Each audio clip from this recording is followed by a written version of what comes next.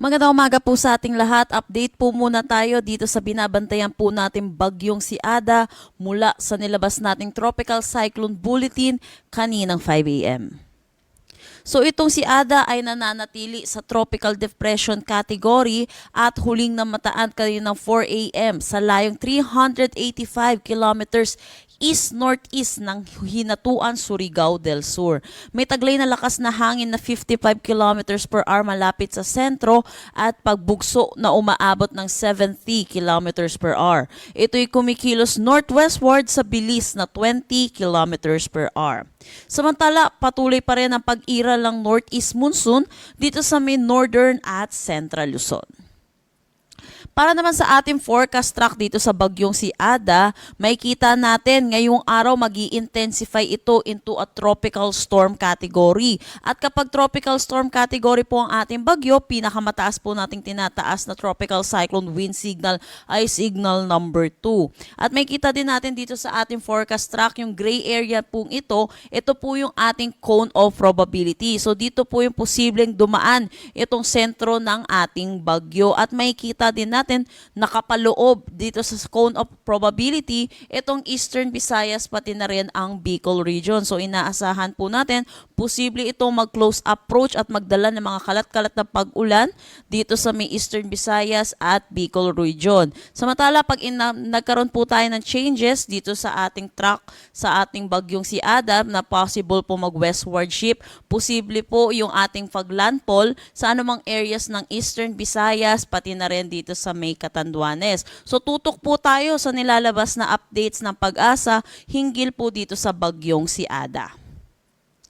Sa ngayon, tropical cyclone wind signal number 1 tayo dito sa may Sorsogon, southeastern portion ng Albay, northern Samar, eastern Samar, eastern portion ng Leyte at southern Leyte, Dinagat Island, Surigao del Sur at Surigao del Norte.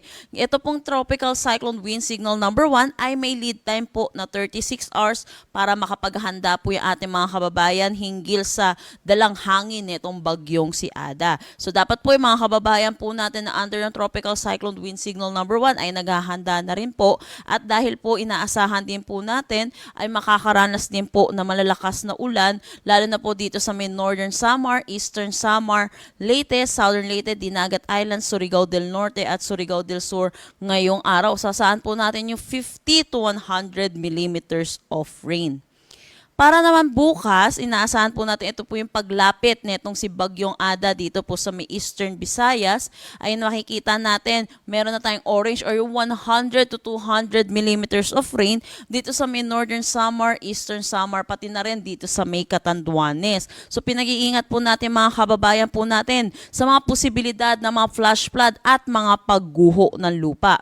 Mataas din ang tsansa ng 50 to 100 millimeters of rain dito pa rin sa Surigao del Norte, Dinagat Island, Southern Leyte, Leyte, Biliran, Samar, Sorsogon, Albay at Camarines Sur.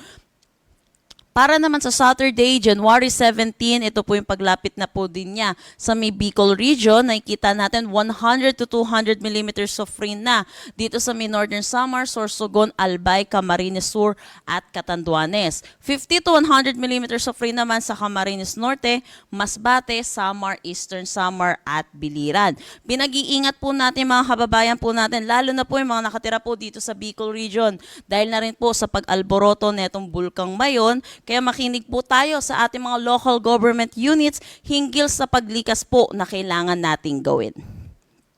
Wala pa rin naman tayo nakataas na anumang gale warning sa anumang seaboards ng ating bansa, pero makakaranas ng moderate to rough conditions dito po sa karagatan kung saan dadaan po yung ating bagyo at moderate to rough naman dito sa may extreme northern Luzon dulot naman ng bugso ng northeast monsoon. Pero posible na rin po tayo magtaas ng gale warning bukas or mamaya or bukas po.